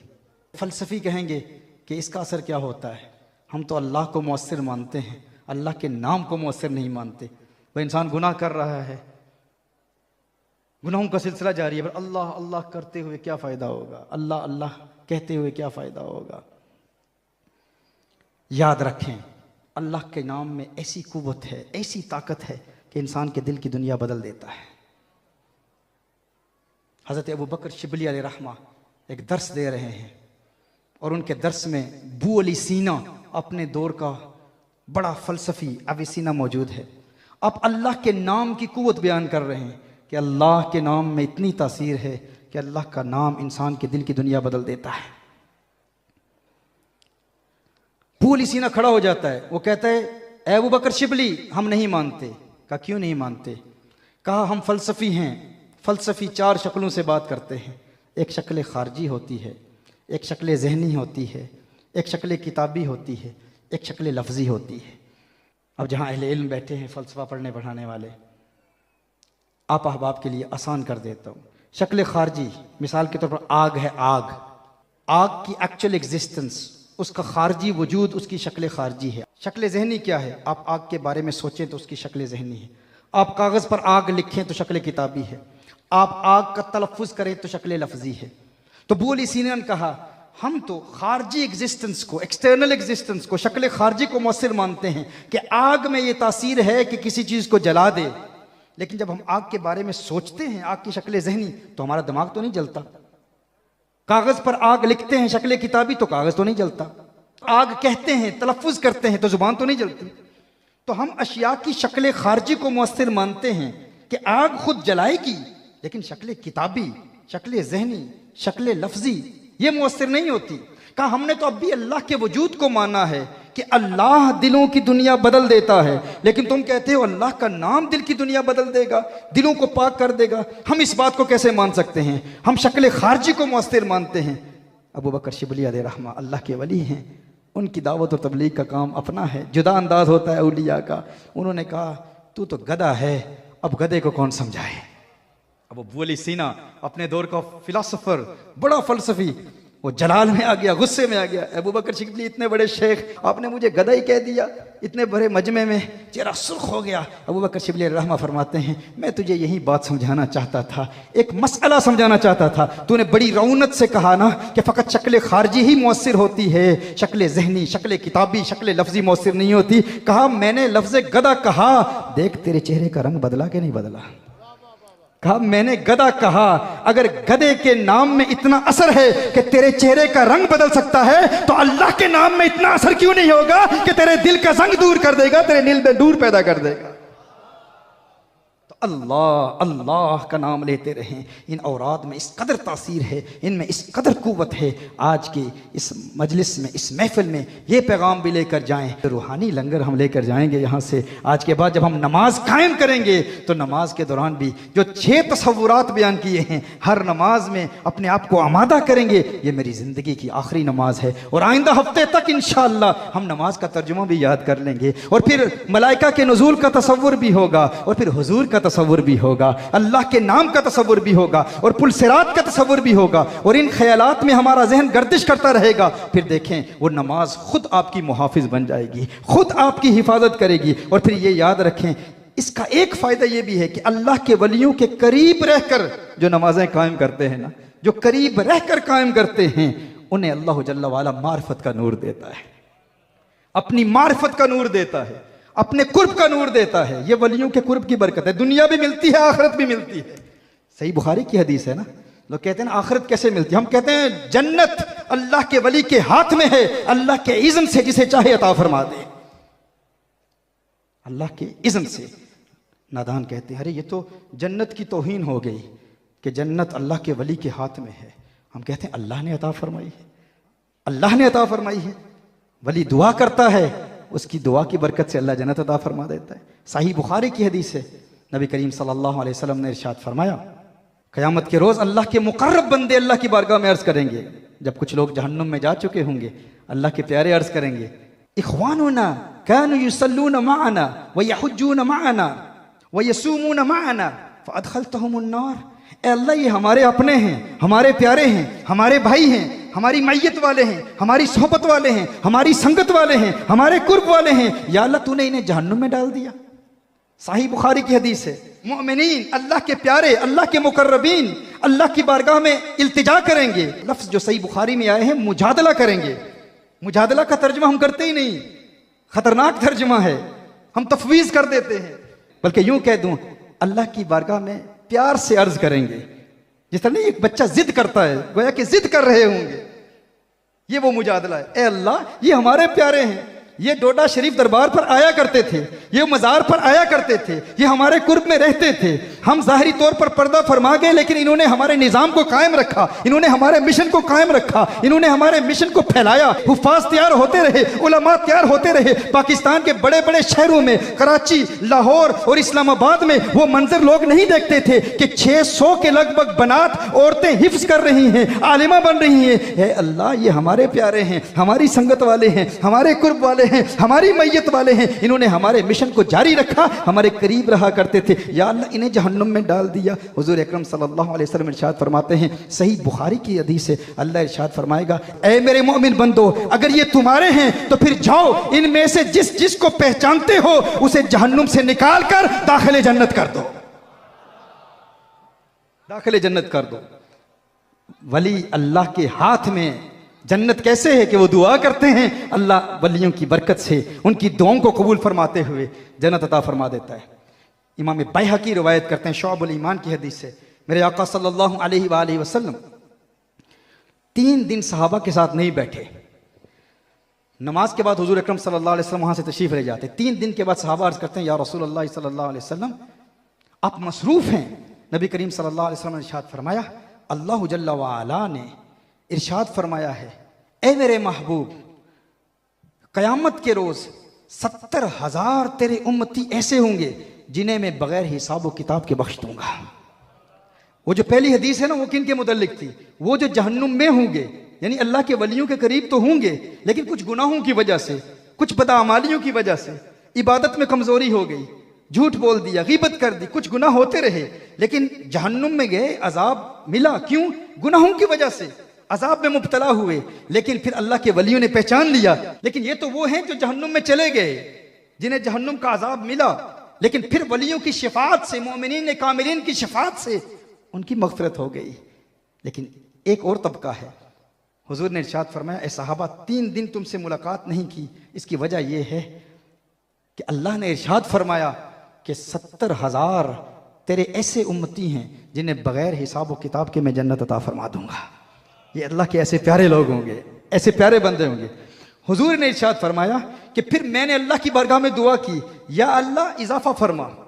अल्लाह इजाफा फरमाता रहा, एक दिन इजाफा फरमाया, दूसरे दिन इजाफा फरमाया, तीसरे दिन इजाफा फरमाया। कहा मैं दुआ करता रहा, दुआ करता रहा, दुआ करता रहा, यहां तक कि फिर अल्लाह जल्ला व अला ने तीसरे दिन इरशाद फरमाया, ये 70,000 तो वो हैं कि जिन्हें मैं बगैर हिसाबो किताब के जन्नत दूंगा। फिर इन 70,000 में एक एक को इज़्न शिफात दूंगा। इन 70,000 वलियों में हर एक को इज़्न होगा, हर एक अपने साथ 70,000 का जन्नत दे देगा। और एक रिवायत यह है कि वो 7 लाख अफराद हैं, 7 लाख अफराद हैं। तो ये तो वो हैं जिन्हें अल्लाह जल्ला वाला बगैर हिसाब व किताब के फकत अल्लाह के प्यारों के कुर्ब की वजह से जन्नत अता फरमा देगा। लेकिन शर्त यह है कि ईमान पर मौत आए। इंसान जब दुनिया से जाए मोमिन हो, और गुनाहों की कसरत की वजह से भी सल्ब ईमान का अंदेशा होता है। तो ये जो हम कहते हैं अल्लाह के वली अल्लाह के इज़्न से जन्नत अता फरमाते हैं, जन्नत इनके हाथ में है, जिसे चाहें अल्लाह के इज़्न से जन्नत अता फरमाते हैं। कहा जाता है जन्नत की तौहीन है, वली के हाथ में जन्नत कैसे है? मैं आपसे पूछना चाहता हूं, क्या मां के कदमों में जन्नत है या नहीं?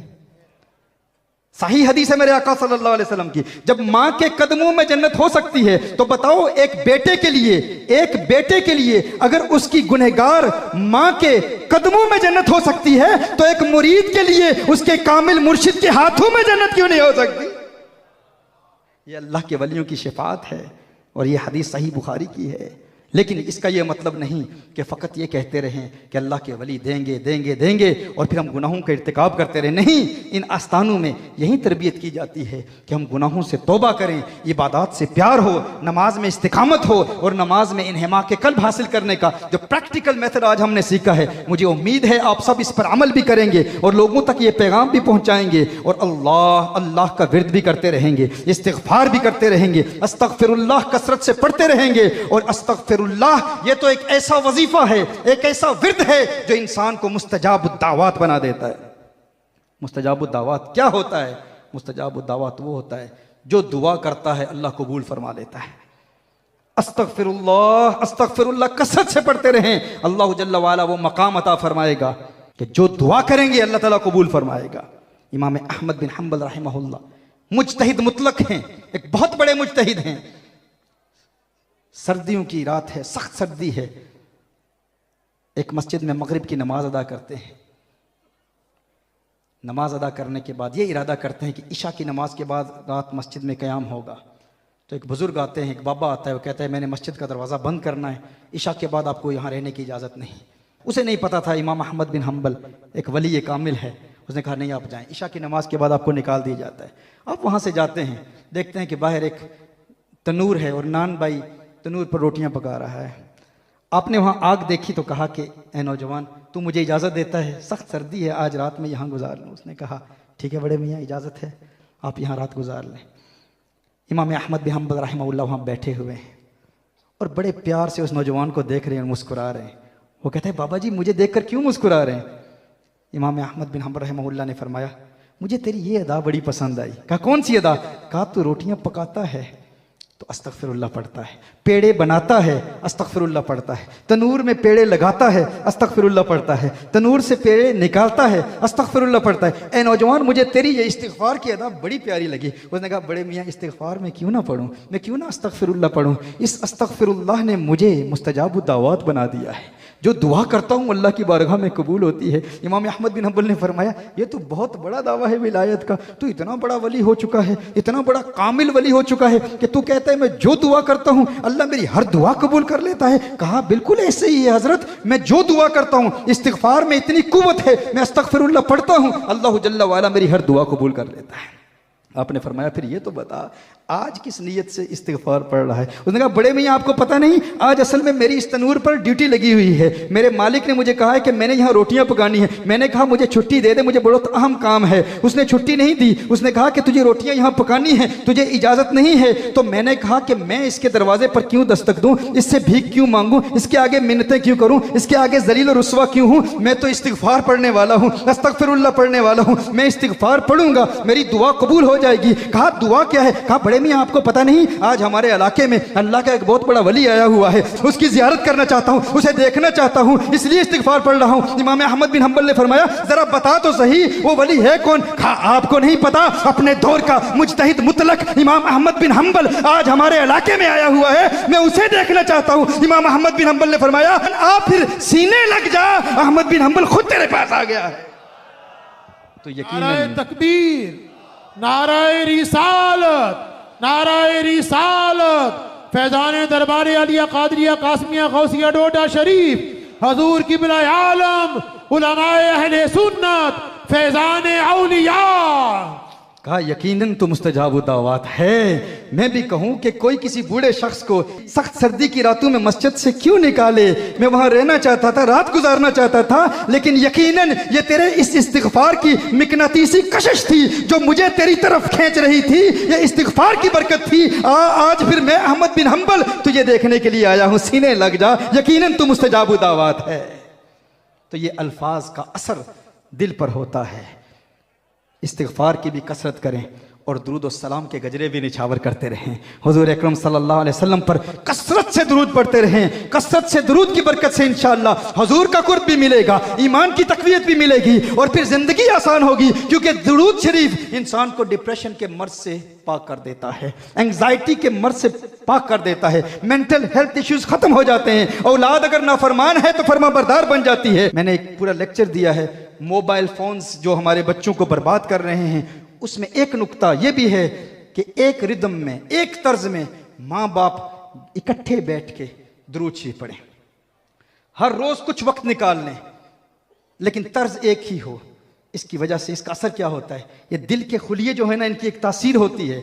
जिसके दिल का खुलिया ताकतवर हो, ये एक साइंटिफिक तहकीक है, बहुत इस पर रिसर्च की गई कि अगर रिदम मिल जाए, हम आवाज होकर, एक आवाज होकर, माँ बाप कुछ एक कलाम पढ़ रहे हूँ, बच्चे भी वहीं पढ़ रहे हूँ, तो उनके दिलों में प्यार पैदा हो जाता है। अहले मोहब्बत कहते हैं अगर बच्चा नाफरमान है ना, या वो ज़िद्दी है, या उसमें चिड़चिड़ापन है, या अहमक है, कम अकल है, कम फहम है, ज़हीन नहीं है, तो माँ बाप मिलके एक ही रिदम में, एक ही आवाज़ में हर रोज़ कुछ टाइम निकाल कर दुरूद शरीफ इकट्ठे पढ़ें। उस दुरूद शरीफ का दिल पे असर क्या होगा, नाफरमान बच्चा फरमा बरदार हो जाएगा, चिड़चिड़ापन खत्म हो जाएगा, जिद खत्म हो जाएगी। कम अकल है तो अल्लाह जल्ल वाला उसे फाहम फिरासत अता फरमाएगा, हाफजे में कमी है तो अल्लाह जल्ल वाला उसके हाफजे को तक़वियत देगा। ये दुरूद शरीफ की बरकत है। आप हुजूर का प्यार अपने दिल में पैदा कर रहे हैं, आखिरत तो संवरेगी, दुनिया भी संवर जाएगी। ये नवाज़िशें, ये इनायतें गमे दो जहां से छुड़ा दिया, गमे मुस्तफ़ा तेरा शुक्रिया मुझे जीना मरना सिखा दिया।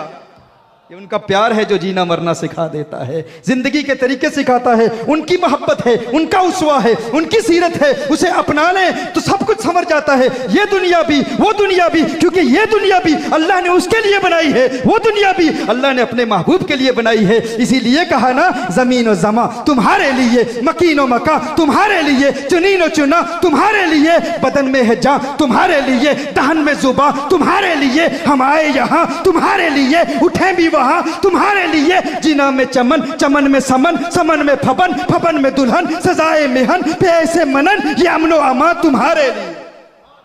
सब उसी के लिए बनाया गया है। उससे प्यार कर लो, दुनिया भी संवर जाएगी, आखिरत भी संवर जाएगी, दिल में भी सुकून मिलेगा, औलाद भी इताअत करेगी, दुश्मनों की दुश्मनियां खत्म होंगी, नफरत करने वालों की नफरतें खत्म होंगी। उनसे प्यार कर लो, क्योंकि वही हकीकी प्यार के हकदार हैं, क्योंकि ये सारा जमाना, सारी कायनात, सारी दुनिया उन्हीं के लिए बनाई गई हो ना। ये फूल तो बुलबुल का तरन्नुम भी न हो, चमने दहर में कलियों का तबस्सुम भी न हो, ये न साकी हो तो फिर मैं भी न हो, खुम भी न हो, बज़्म तौहीद भी दुनिया में न हो, तुम भी न हो।